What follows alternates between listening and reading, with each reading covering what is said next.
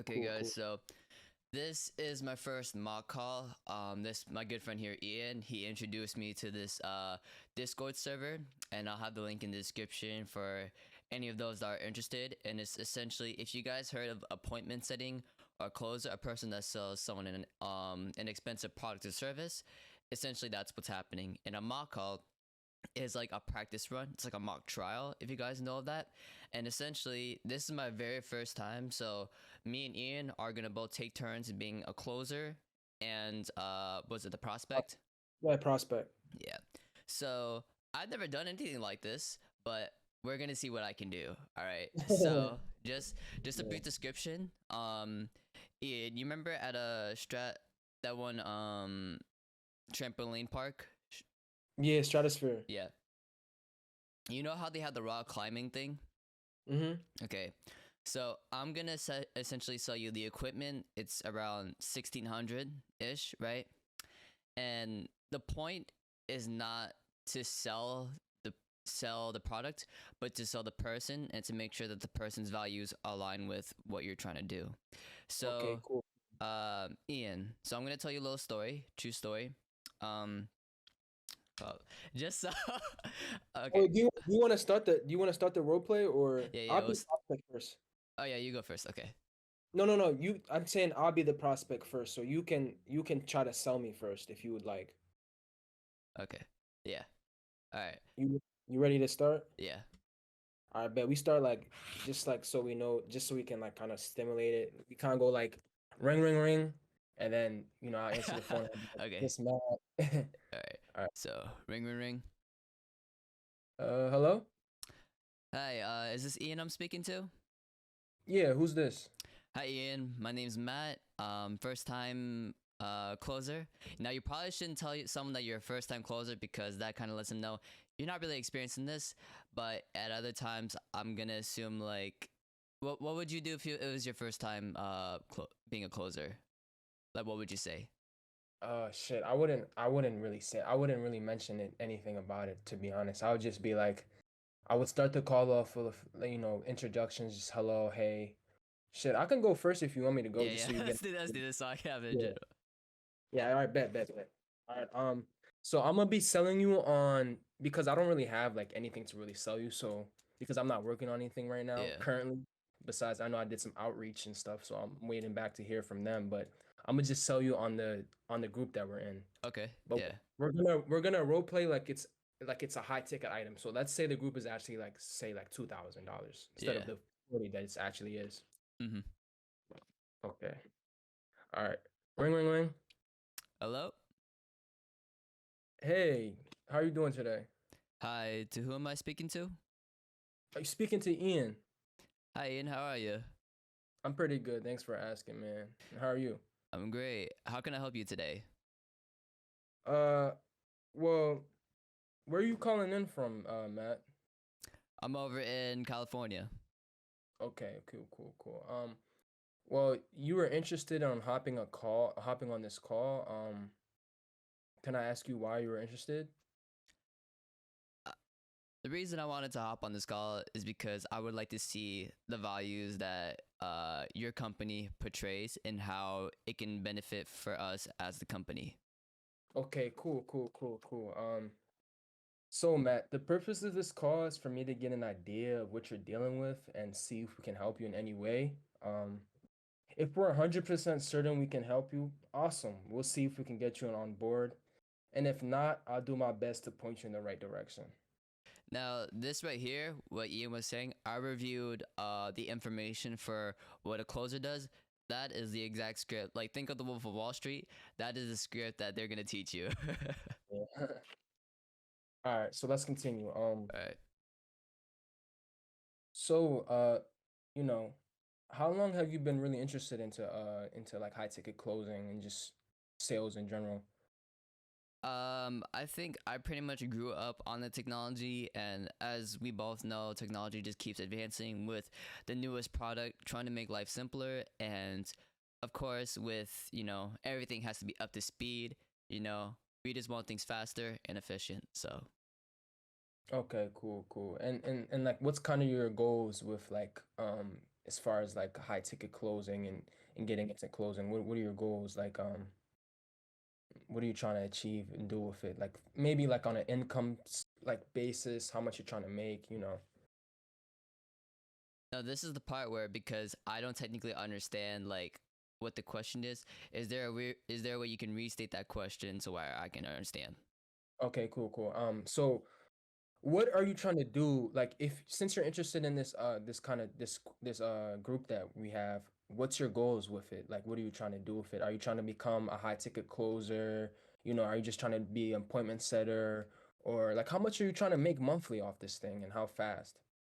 So respectfully, it is not necessarily about the income I would like to make. The money does sound nice, don't get me wrong, but Mhm. it's more of the skill that's behind it. Because as you and I both know, I'm pretty good with my words, but being pretty good with your words is not necessarily enough to cover how much of the skill I actually need to utilize when it comes to being a closer. Because being a closer is not manipulating the person into, you know, just getting them to try and buy. You know, you have to sell them with emotion from, and Yeah. that's persuasion. You know, because 9 times out of 10, unless you're Thomas Shelby, to my Peaky Blinders fans, people do not people do not respond, they react. To respond is to be positive, to react is to be negative. And if you guys are wondering where these words are coming from, I really do recommend The Art of Persuasion.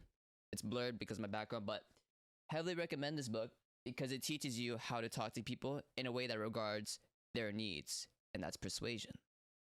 Right. So you're saying that you kind of want to learn you know the art of selling people and you know we have many people that's come into the group and kind of just like you know they obviously they put in the work Yeah. but within a couple of months they have started earning a pretty good amount and kind of you know got sales positions and sale roles. So when do you kind of want to have your first sales closing deal by? Is I there th- like a specific timeline on it? the timeline, I'd say after give it a couple, because I feel like the consistency of the mock trials, depending on how well I do, say, because realistically, you can't always sell people, you know, but there are ways to where I can say, uh, per se, get on their good side to sell them. But I feel like with enough practice with the mock trials, that's when I'll be confident because there's no Right. way to tell. There's no really way to tell when you're ready. You just have to Yeah. know yourself. So I'd say give it a month or so of consistent mock trial calls. Yeah. Yeah, man, you're absolutely right. You can't obviously having 100% close rate. It, You'd have to be high respected for that. yeah, it's pretty difficult, man. But even if you're just doing 50% close rate, think about it. If you hop on 10 calls and close five of those guys, that's 50%. And if you're getting $500 commission on every call, that's gonna add up, man. So Yes, I feel like indeed. even getting to that 50-60% mark, you know, that would be pretty beneficial for you. And so, so you said your goal basically is to within by a month have the confidence to, you know, start closing deals. Yes. And essentially, with the high level skill, the reason why it's a high level skill is because just like starting a business, yes, it's a genuine idea to set yourself out there, but like 90%, it's not for everybody. But what can happen is with this high level skill, what essentially you're trying to learn as a closer is how to bring the value to the person you're trying to sell to. No, understandably, it's a lot of materialism, 1600, 2000, you name it, right? It really is a lot of product, but when you're able to sell the person through the values, they're more likely to Mhm. buy. Right. Definitely, And definitely, definitely. that's a big skill that not a lot of people can do because people just want money. I mean, it is technically about the money at the end of the day. But Mhm. for me, before the money comes in, you really do need to learn the values, and that's how you become a good closer. Yeah, I think you brought up a great point, man. So like here's the thing about high ticket sales and what we have, the values that we have in our group. We're not doing this to forcefully make someone buy what we're trying to sell them. Mm-hmm. We're just trying to help them see why our product is the best option for them to achieve their goals. So we're not, you know, getting on here saying, "Listen, we have a deal, and if you buy this deal right now, you're gonna be," you know, we're not Yeah. going on that process. You can't force people. You can't. it's just like not to shade any communities whatsoever, but it's just like a community that is trying to get their message out there. But the one thing you shouldn't do as a community is try to force your beliefs onto people. That scares them away. You have to Yeah, bring, well, not necessarily bring the people, but you have to align those beliefs to the people. That's how, yeah, that's how it can spread.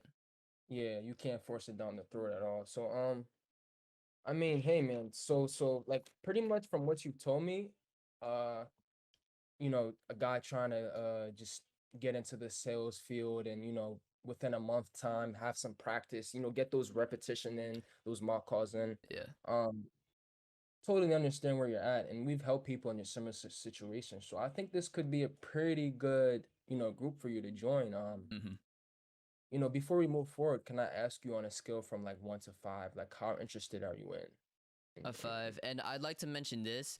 The reason why being a closer I feel is a good skill to have is because Ian, tip in give me generally a period of time. How long does it take for you to start a business, or just in general, how long would it take to start a business? shit, years, bro. 6 months to a year. And that's not even making profit, maybe even your whole first year. So This goes for anything. It genuinely does take a long time to because you need to understand your resources, the building blocks. There are a lot of things that go into building a business. Now, you and I probably have had those ideas in the past to building a business and whatnot. And we both know now it's really not that easy. Like it's not yeah, something you can just pull from a pile of papers and just have it right there. No, yeah, it takes a lot of time. Now with being a closer, it really well understandably both things take consistency. That's really how yeah, you genuinely build those things. But with being a closer, let's be honest, it really is more of a verbal thing than business being a lot of physical aspects. yeah, So I'm not saying I'm gonna take the easy route, but I do believe that with being a closer, that's a skill I can obtain, and then business can just go down the line as much as I need. yeah. And like, and here's the thing with sales and just selling in general, every single business needs somebody that can sell. So Yes, if you can kind of master the skill of selling first, and then you start getting an income from that, you can actually use the money from sales to invest into your own business. And indeed. you're already gonna know how to sell, so you're not gonna Yeah. have to hire a salesman. So it kind of it comes around full circle. And the big thing about our group and why, I would say that I don't want to brag, but I feel like we're better than others is because we we have got we both carry that entrepreneurial mindset, and since we were younger, and it doesn't really show within us, but both me and we know each other well enough to both know we're like outsiders in a way. We don't yeah, really like yeah, doing things the way people like yeah. doing it. We kind of just do our own thing. Yeah, I could say we definitely don't fit the norm, go to school 9 to 5, work till you die kind of thing. We have kind of, a different mindset. And Yeah. I would say the biggest thing for our group in general, like just our group, is the fact that we have two guys, Trey and Caden, who've done well past 6 figures in sales. So the fact that we have two guys to learn from, I could say, learning from a guy that's actually done it is better than learning from just a business professor who has a degree but hasn't really, Has never had made a any. sale. Yeah, that's Yeah. yeah, definitely. Yeah, so after hearing about your background and the things that you're dealing with right now, I think this could be a pretty good fit for you. Is it okay if I tell you how we can help you a little bit more? Yes, actually. Okay, cool, cool. So right now our course is right at $2,000. Okay. Now, with the $2,000, right? That's a lot. Are we talking in periods of yearly or monthly? It's gonna be just one plain price. So just one payment of 2,000, and once you pay that, you're in. Okay, I understand. Yeah. Now, here's a trick question that sometimes they'll throw at you. How is it guaranteed that I'll make the money back or more? Okay, cool. Good question. Good question. So, your success in the group is kind of determined on your work ethic. So, if you come into the group and you don't do any work, you don't study any, you don't have any mock calls, you don't really study any of the framework, it's going to be hard for you to make that money back. But if you come into the group like full throttle, you put the work in, you do the mock calls, you schedule out, and you learn how to handle objections, you're pretty much guaranteed within 30, 60, 90 days to see some results and start making some money, start Hmm. closing some deals. Now, I like to say this. This right here is examples of why people can be successful. People really do burn, and it's so common these days. They give you resources, right? You don't use those resources, but I want to be rich. But how can I? People don't necessarily figure out how to use the resources they're given, which is why they get stuck in the long run. Now, for me, and you've heard of the Tate brothers, right? Yeah, yeah, Andrew of and course. Tristan. So have you heard of their business or service, Hustlers University? Yeah, Okay. Now, I've tried to get into Hustlers University. I'm not gonna lie, but it's just problems with the payments. I couldn't get through. My point is, the only way you're gonna be able to be successful is by utilizing the resources you have. Now, if yeah, you don't have any of those resources, go out and get it. And now that yeah, doesn't seem as easy as it is, and that's the point. Being rich is not easy. yeah, Being poor or rich isn't easy whatsoever. But yeah, to be rich, you have to learn to utilize resources. Read some books, like yeah. so. Hell yeah. Yeah, because a lot of people they will, and I see this in a lot of infographics on social media, to where you'll see like someone's in a cell, right? For example, on the other side, you have a key and a piece of bread. Obviously, we know which one the person's gonna pick, but the person keeps picking the piece of bread, right? Right. That's an example of temporary pleasure, Yeah. whereas the key is freedom. Yeah, I could say, going off your point, really good point, Matt. I would say that you kind of have to choose your heart. Are you going to choose your heart to kind of, keep choosing the comfortable things and the things that are going to keep you in that cell, like you said, between Yeah, the bread loaf or the key? Or are you going to kind of reach for the key and do it may be more uncomfortable in that moment to choose to do that, but in the long run, your future self is going to, kind of thank you for choosing that. Me and you being guys that, into fitness, it goes to show like, we're working on our fitness now, and our future self is gonna thank us for it. So it may be uncomfortable getting in the gym and lifting some weights, yeah. break a sweat or two, injure ourselves, but our future self is gonna thank us for that. I also want to mention this. Speaking realistically on the temporary pleasures, right? When we discussed this days prior, and I talked to Ian a lot about this Discord server, right? Because it's supposed to teach you how to sell people, and it's also supposed to break those barriers of like how much of an outgoing person you are. Because truthfully, if you want something, you gotta go and get it. It's nothing Mm, comes to you for free yeah, whatsoever, right? So exactly. I had asked him like, oh, so how do I get in touch with people that want to sell these things, right? And he told me, oh, you just have to reach out. I'm like, what? Like, cause I'll be honest, I'm not the most comfortable person when it comes to reaching out unless I absolutely need something. Now, Yeah, this, right, is a completely different aspect to what I'm yeah, used to. I'm used to people coming to me like, hey, how about you become a brand ambassador for this, that, yeah, So for me to be a closer and to come out to a company, that's scary because you don't yeah, know what type of response you're going to get. And you can't really, thresh in the water about what type of response you're going to get. You're going to get a mhm, response either way. But for me, it's like, I just have to go and just, hey, I'm a closer. I can sell for you guys, when I become competent enough. Because the mhm. scary part for me is like, oh my gosh, if they don't take me, what else am I going to do? Rejection really isn't that big of a deal. And the reason I say this, and I've listened to this on podcasts, rejection teaches you from what you could do better from what you originally did. So take that rejection, female, teacher, whoever it may be, because 9 times out of 10, it is better you took that rejection and learn from it than just let it sit there, simmer, and think of yourself as a sucker. Mhm. Definitely, man. And going off your point, bro, like, what shit? What did you first say? You're making that point when you first started like talking about it. Oh, when it came to what you call it, are you talking about being resourceful or getting? Yeah, resourceful, resourceful. So like, here's the thing, man. Like, people just expect things to be on like a silver platter for them, Yeah. and it's not how it works. Like, you kind of have to, make your own plate Well, to say. to be honest, if you look, I've seen a lot of business Instagrams with like drop shipping and stuff. They make it look easy, and that's the point. Things just aren't easy in general.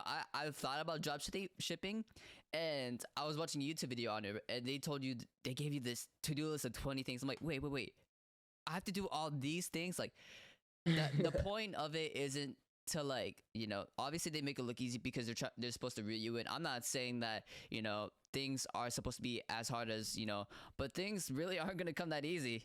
I thought dropshipping was like, oh, pick a product, learn to sell it. No, you have to create an account, you have to link this. It is so much that goes into it that Yeah, pushed me away from dropshipping. I'm not gonna lie. yeah. Definitely, man. It's not as easy as people try to make it seem. It's definitely you gotta put the work in, regardless of what it is. I think sales is a great vehicle to It success. is. It's a very good vehicle to success. But you can't expect to just join the Discord group and then now instantly you have millions of dollars. It doesn't work like Yeah, that. a lot of things, and that's where kind of society screws us up. Society is supposed to, they make things look too easy for us, and I understand, like, possibilities are endless, but what society doesn't isn't going at, and I notice this a lot. They don't really mention how hard it actually is to work because let's be honest, easy money is not always good money Yeah, whatsoever. yeah, You yeah. you find a you find a rack on the street. You don't know who touched that rack. You don't know how that rack got there. Like, it's not always Right. good money. Exactly, man. No, fast money, and talking from a guy that used to be into, kind of doing that fast money stuff and trying to find quick, easy ways. Yeah. It doesn't really last, man. Because as quick as you made that fast money is as quick as you're gonna lose it. You have to have the principles of being able to work hard, earn your money the right way, and then once you do that, you're gonna value it to where you keep it and you keep multiplying it. But if you just make 1,000 off the street, you find it, like what Matt said, you find a rack off the street, you pick it up, dude, you don't know where the hell that rack's been, and you're probably gonna go spend it on some clothes, some Gucci anyway. So Yeah. it doesn't really work out too much, man. Speaking on values and whatnot, I was watching this Andrew Tate podcast with Aiden Ross, and Aiden Ross had a good question. What is the fastest, quickest way, easiest way to get a six pack? And Andrew Tate said, why does that have to be quick? Why does it have to be fast and easy? And he made a very valuable point, because if it was fast and easy, everyone would have a six pack, and Everyone then would what have would it. be so special about having a six pack? And I Yeah, was like, that that's yeah, deep right man. there. Like, Yeah, quick but quick and easy yeah, money is not always a good thing, because there's always value to something, and yeah. if it's quick and easy, then if everyone can do it, what's so great about it? Yeah. I would make the argument that, making money and getting successful in anything is simple but not easy. It's pretty simple, man. If you go to the gym consistently 3, 4 times a week, you eat right, you do the right things, you're gonna get the body that you want. It's not easy, but it's pretty simple. It's a simple plan to follow. You know what I But mean? no one So wants to do the work for that. They just rather nobody get wants those, to do the work. those electric six pack machines, bro. I would I would never try those about. You have to get shocked to work the muscle, bro. Why? Just go to the gym, do it safely, and just work out there. Keep it. And it's really the principles of learning how to do the thing. Like that's the thing with fast money. You don't learn how to make the money. So No, you you're not don't. gonna keep it. That's the thing. Same thing with, discipline in the gym or anything. Like you have to first learn the principles of how to do it. You adapt the habits, and then, you're able to reach where you want to reach and keep it. Hmm. Yeah. Like with the electric six pack thing. Dude, are you gonna have to keep coming back every time that you lose your six pack because you're eating a bunch of McDonald's and stuff? Like, it's not gonna. Discipline. Yeah. Shit, bro. We're going bro. I don't even think this is a mock call No, it's anymore. not. We're just doing a podcast at this point. Yeah, this is the podcast. Shit. I mean, I fuck with the conversation we're having. You want to keep going, or do you want to just I you guess want to kind of come back, because, to be honest, we just kind of drove off because we both understand values and principles, but I guess because this is technically a mock call. yeah. At this point, this isn't even a mock call anymore. But this, I But would say this. let's just continue what the process of a mock call. Okay. Well, shit. I already ran you through my whole process pretty much. Because you didn't have too many objections. Like you didn't really throw too many objections at me. Like Well, like. it was just that, how can I make the money back? I guess. Oh yeah, Yeah. yeah, yeah. Okay. So shit.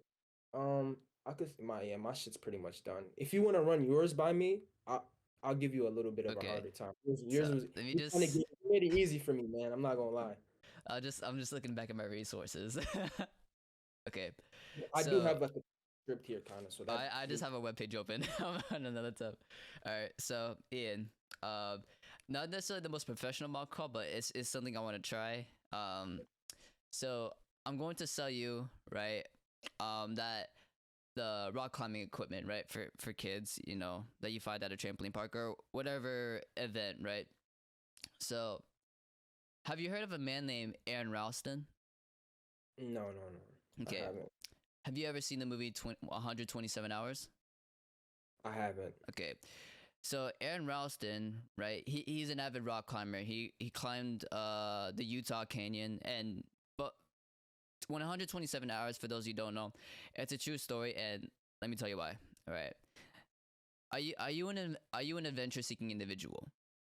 Definitely. Okay. You always like to go out to places, try new things, live for the experience. Yeah, I could definitely say that. Okay. Now, what is your definition of rich? I would say six figures Okay. yearly. Okay. How about philosophically? What is your definition of rich? Philosophically, Yeah. Say for example, rich is when you have something that money can't buy. I would say rich is when you're in abundance that you don't need for money at all. Okay. Yeah. Now, When you don't issue at all, and you can do all the things that you want to do without needing to make money. mhm.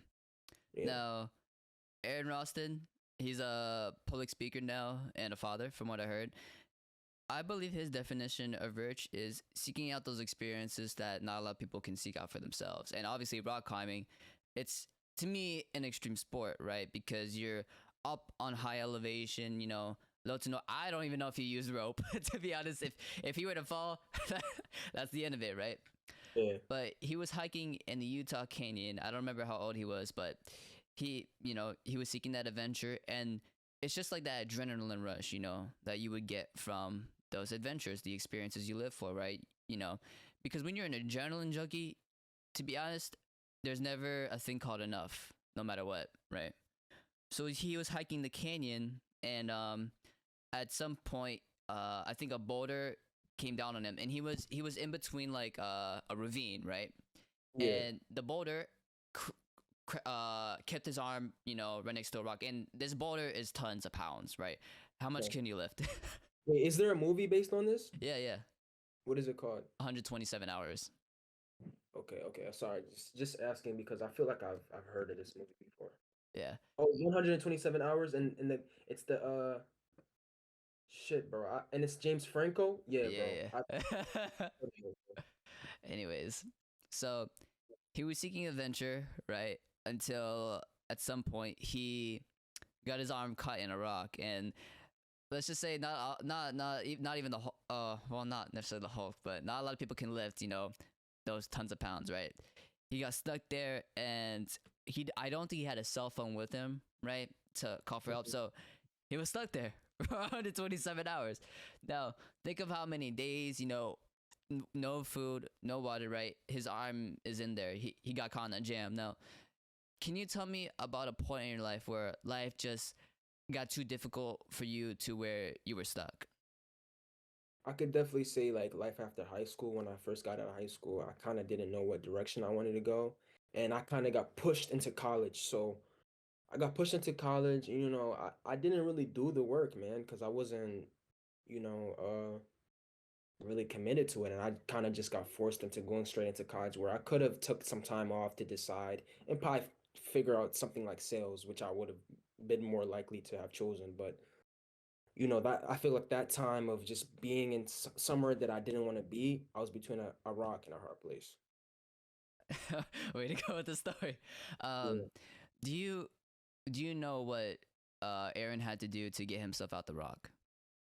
Hell no. Okay, so it's gonna a little bit of a graphic warning, but it's where perseverance comes in, and I'm sure you've persevered through a lot of life, right?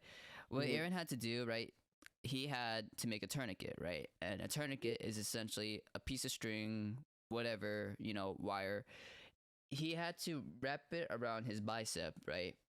Essentially, a tourniquet is supposed to cut off blood flow because, when you donating blood, sometimes you need surgery. To stop the flow of blood, you need to create a tourniquet, right?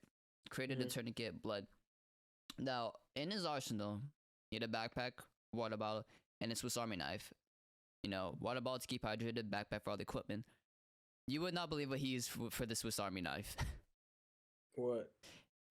Jammed that thing into his arm and cut away, and it was a dull blade. So Oh fuck. yeah, he had to. Shit. That's a story. He had to cut his arm off, and for him to like having to cut your arm off. Let's be honest. How many people? How many people would do that? That's like trying to like some extreme type of, but it's survival. Yeah. How long are you gonna be stuck there until you pass away? That's a Hmm. very long time. And is that Yeah. really is that really the type of ending you want to have with your life? Hmm. Now, speaking of perseverance, can you tell me a point in your life where you had to persevere through where you were stuck, and how did you persevere? I could say definitely in that time period where I was in college and I didn't know what I wanted to do and I was kind of just failing out of classes. I kind of had to make that decision to, I took it a little more serious and I kind of had a vision for what I wanted to do and where I wanted to go. So I kind of persevered out of that spot of being stuck in life and not knowing where I wanted to go, not having direction, to kind of forcing myself and persevering and just making a way for myself so I know what I want to do and where I want to go. Sounds nice. For me, when the way I can relate to Aaron is, I was kind of the same way. I felt like life after high school would be better, but with college, and the reason why I can relate to Aaron is because I was seeking something within myself, and I'm I thought I was a pretty amazing person. I thought I can do whatever, and I went to engineering. I didn't necessarily have the resources I had, but school gave me those resources that Aaron, alongside with what Aaron had, right? Hmm. But the where I got stuck is where I realized I wasn't really good within the field of engineering, because what was required of engineering was math. Math was Math. really a weak suit for me. Could not Yeah, do math for my I life. hate you, dude. You know, and it sucks because at some point, I'm not gonna lie, it made me, just that one thing just made me like, I legit cried doing math, and we're like, I couldn't do it. I wasn't Yeah, gonna pass. It was something I was stuck with. And who wants to be stuck failing? I'm gonna be yeah. stuck in that rock.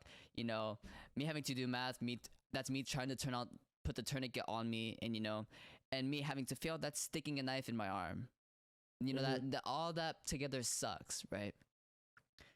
But what comes out of it is, he's able to survive through one of the most extreme ways. Now, not a lot of people would have to go through what he went through, God bless, but with that, that's a true adventure seeking person, right?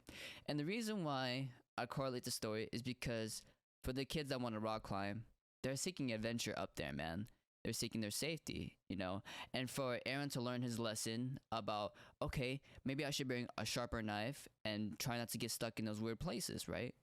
And for Hmm. kids to keep going up there and persevering, height is a fear itself. People are afraid of heights. But when kids are able to do it safely and, securely, that's where the parents are sure that the parents will, are able to go through the days without having to worry about the kid. The kid can have fun, and that's what Aaron wanted. And essentially Yeah. through life, we have fun.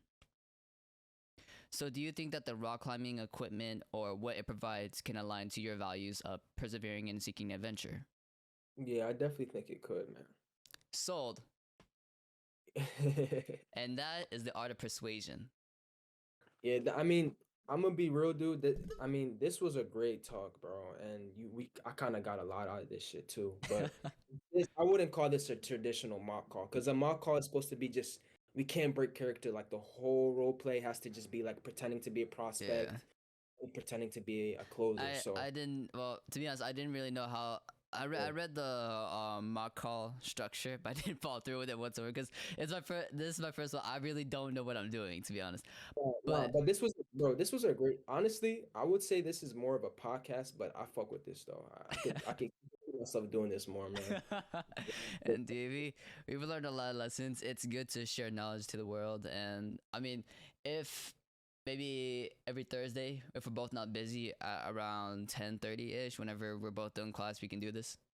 Yeah, definitely, bro. It's I mean, awesome. is it gonna be going on YouTube or anything? Yeah, I'm posting on YouTube. Yeah. I'm gonna come back and watch this shit too, just so I can like kind of review what I said and see if I can bring some better points next time.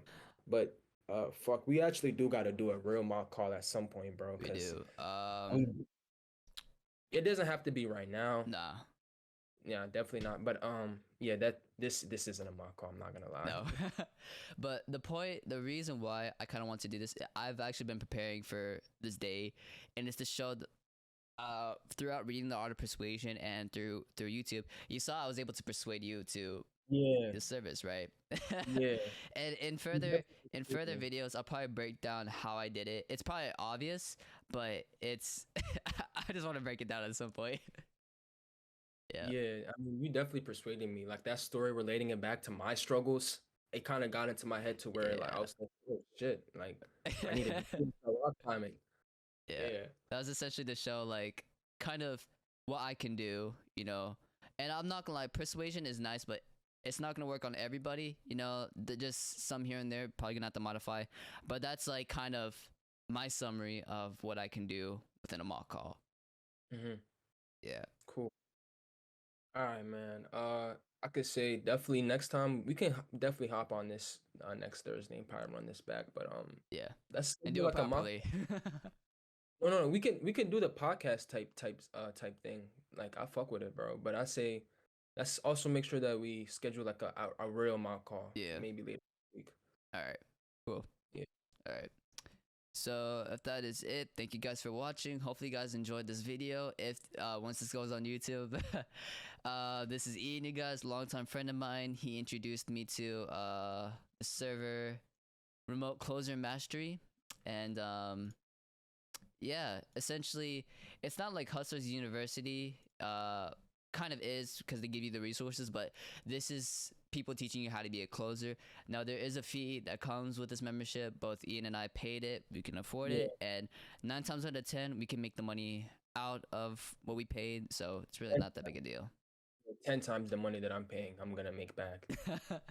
And that's not without, guys, that's really not without taking action. You actually have to, like, you know, go through whatever it is you have to go through to make the money back, because money doesn't just come to you naturally. Yeah, and dude, like before we kind of go, I just kind of want to give props to you, bro, because you came in and you didn't bullshit around. Like you came Nah. in, you went through the I videos was and you kind prepared, of yeah.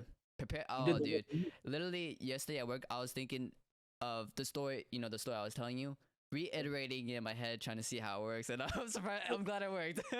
Yeah, you listen, bro. That type of work ethic and that type of like studying your own material and kind of mastery is what's gonna take us far in sales. So I could definitely say that I see you being really successful in the future with sales, bro, for sure.